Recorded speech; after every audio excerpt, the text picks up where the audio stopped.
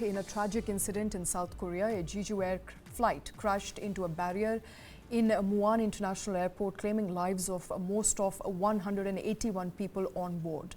The government, already reeling from political turmoil, is now grappling with the enormity of a devastating loss.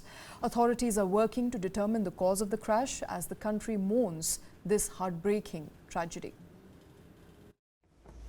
South Korea's acting president Choi Sang-mok held an emergency meeting in Seoul on Sunday to discuss the country's deadliest air disaster just 2 days into his new job.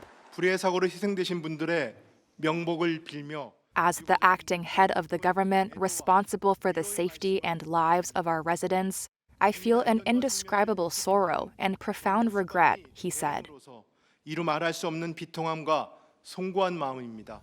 Choi visited Muan International Airport before the meeting, where most of the 181 people on board a Jeju Air flight died, South Korea's transport ministry said. Video shows the plane belly landing and skidding down the runway before crashing into navigation equipment and a wall in an explosion of flames and debris. Some South Koreans worry the crash, which the transport ministry calls the deadliest air accident on South Korean soil, could be mishandled amidst the country's ongoing political turmoil. Choi, South Korea's finance minister, became acting leader Friday night after Prime Minister Han Duck-soo was impeached.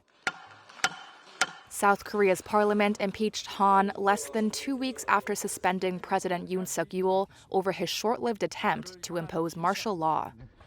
The bewildering turnover left the government scrambling when Sunday's crash occurred.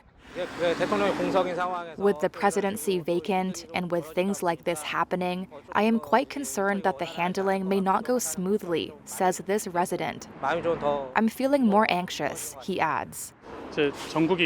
This resident says he's uncertain whether the government can effectively perform its duties. Behind the scenes, government offices were still figuring out the chain of command and how press statements would be released, a ministry spokesperson and 4 officials told Reuters. A senior finance ministry official said it's still undecided who, if anyone, from Yoon's and Han's offices would report to Choi. Choi is leading the centralized disaster control team instead of the prime minister, who would typically be in charge, an official said. Choi on Sunday declared Muan County a special disaster zone and said the government will provide all necessary support needed.